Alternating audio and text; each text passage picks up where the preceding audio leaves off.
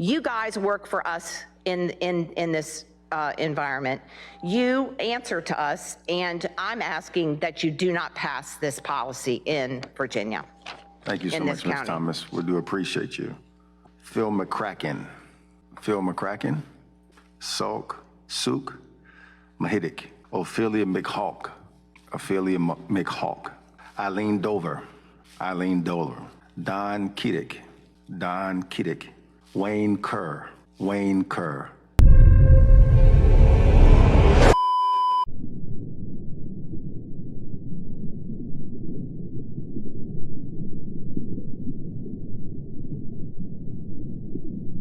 Well, isn't this just fantastic? Captain's log, subdates 210903.2. So long-range scanners are unable to pierce the orange swarm. So we have a choice: turn to face, or see what they will do when we continue on our current trajectory. But just for a laugh, we're gonna put a little minefield between them and us. Welcome everyone to This Week at Twitter, or Twat. Today we're gonna start with Lavender the Gremlin. We need to stop letting men direct movies. Accompanying this is an image of a movie called The Slumber Party Massacre. The movie in question came out in 1982. With a budget of $220,000, it made $3.6 million, which isn't bad for something with such a low budget.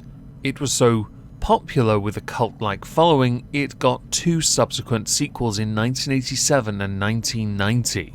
What a lot of people didn't notice, and I guess it took Undimmed, aka Undoomed, autocorrect is a bitch, to notice this, it's that the joke here is, it was directed by Amy Holden Jones and written by Rita Mae Brown, meaning the joke is, we shouldn't let men do any of it because of bangers like this.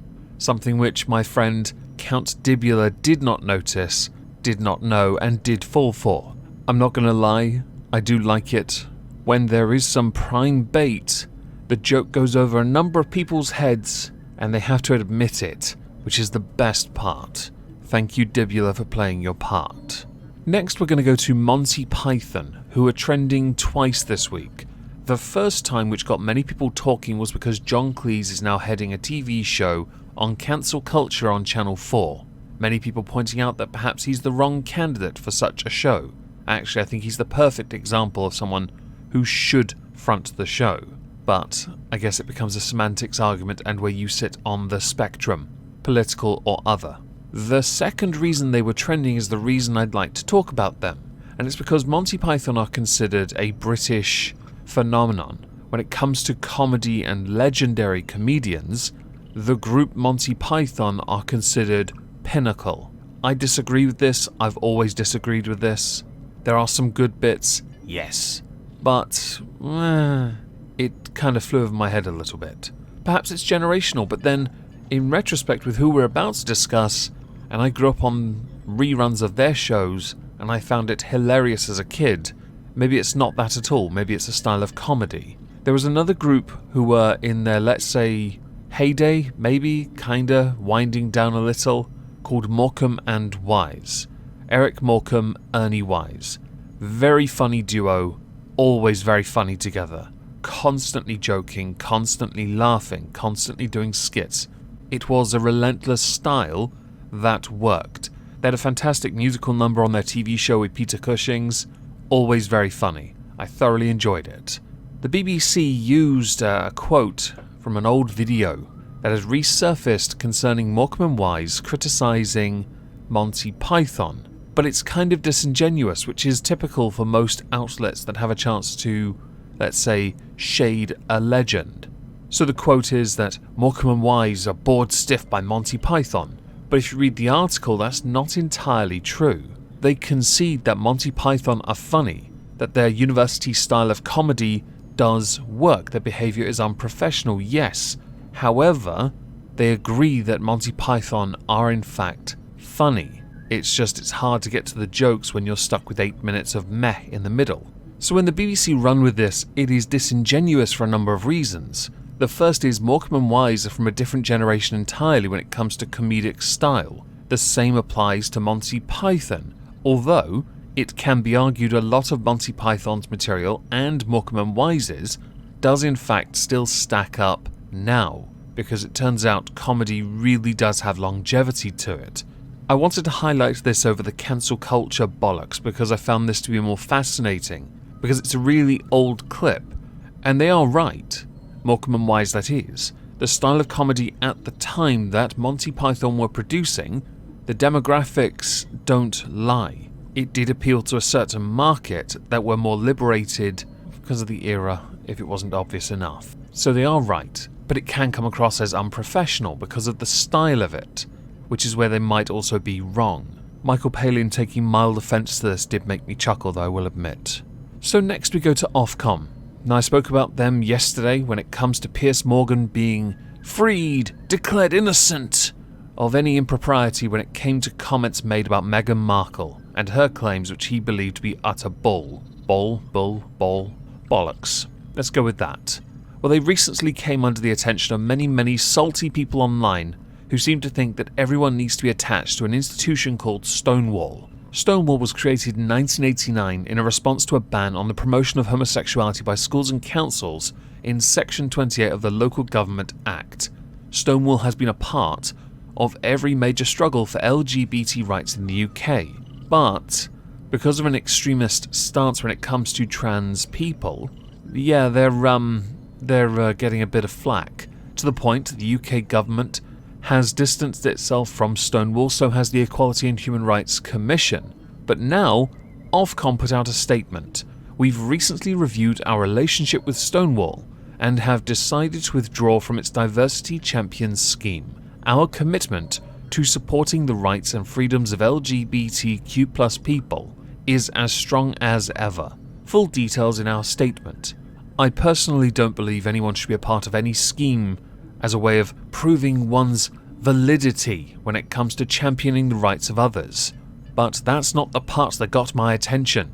It's the same parts that Dankula noticed. The incredibly salty responses. Those S's for the one person who complained about sibilance. I'm going to keep doing it. There will be in the pinned comment down below all the sources. They will include the Ofcom tweet and the salty salt underneath, which is so salty. Honestly, it's saltier than a salt mine in the Dead Sea. So next we have a video, and you can all thank Sinatra for this one. I know that my lovely server mod had also linked this, but I saw it through him first, which I believe has since been deleted, but I've got the video anyway. This is probably going to piss off a lot of people. But a relationship between a man and a woman is inherently unequal. And that goes for any relationship where someone is deciding to date their oppressor. Just like all white people have racism brainwashed into them, all males have misogyny brainwashed into them. And any male who claims not to be a misogynist is a misogynist, because a self-aware man knows that he has it brainwashed into him. And any time that a woman decides to be in a relationship with a man, she's making a sacrifice and a commitment knowing that she's dating her oppressor. Almost all women have sexual trauma and emotional abuse trauma, literally just from society. And she's taking a risk in being with you and making a commitment to help you undo your brainwashing. Now, of course, I'm not saying that people shouldn't date the opposite gender, but a lack of awareness can cause problems. So with this, we're going to use Sinatra's tweet and follow the logic. Based on what this person has said, no interracial dating, marriages, friendships, something oppression.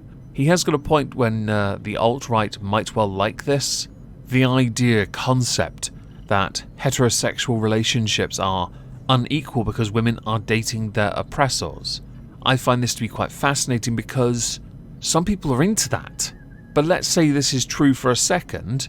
Please tell me where that is remotely applicable in current year. Because I can think of many a creator, many a streamer, many a Twitter user that would vehemently disagree with you, debate you, argue you, bro, because honestly, your comments are really dumb. And it makes me wonder if this is another Poe. The problem is, I will never know if any of this is a Poe or not, and I wish I did. It would make my job so much easier. So next we have a tweet from Bad Cripple.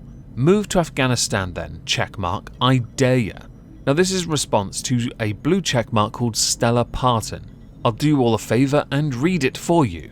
Don't you find it odd that women in America are being treated worse than women in Afghanistan? We wasted $2 trillion plus to go into Afghanistan to liberate their women and children. Something ain't right here, folks. Are you catching on yet? I also find it odd that not one of the people I just blocked had one thing to say in defense of women right here at home and our damn rights. Not one. They were all males, by the way. Part of me is wondering if this has anything to do with the recent bill passing in Texas concerning abortion that the Supreme Court refused to look at. But at the same time, I'm intrigued to understand what rights are so vastly different that women in America are suffering more than men. And while we're in this little realm, Taliban print, quite possibly my favourite out-of-context interaction on this platform. Chris Jones, keep using those words, I don't think they mean what you think they mean. To which one species rather preciously says, great, hold that meme to the mirror now. To which Sargon's comment foot, I know what that says, replies with the image simply flipped horizontally. There are levels to stupidity. I just can't. How?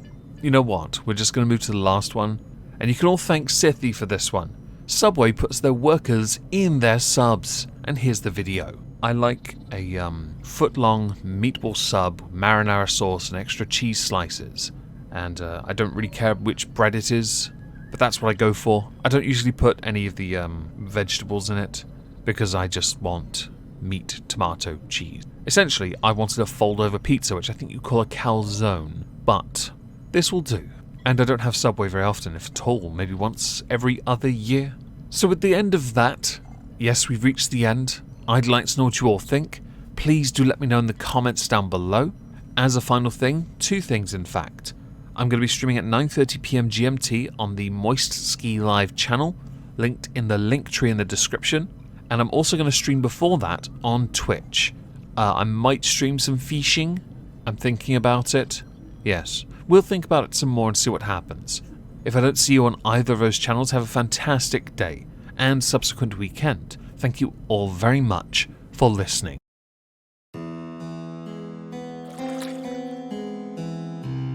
Oh, and don't forget to like, subscribe, share. We're near 100k.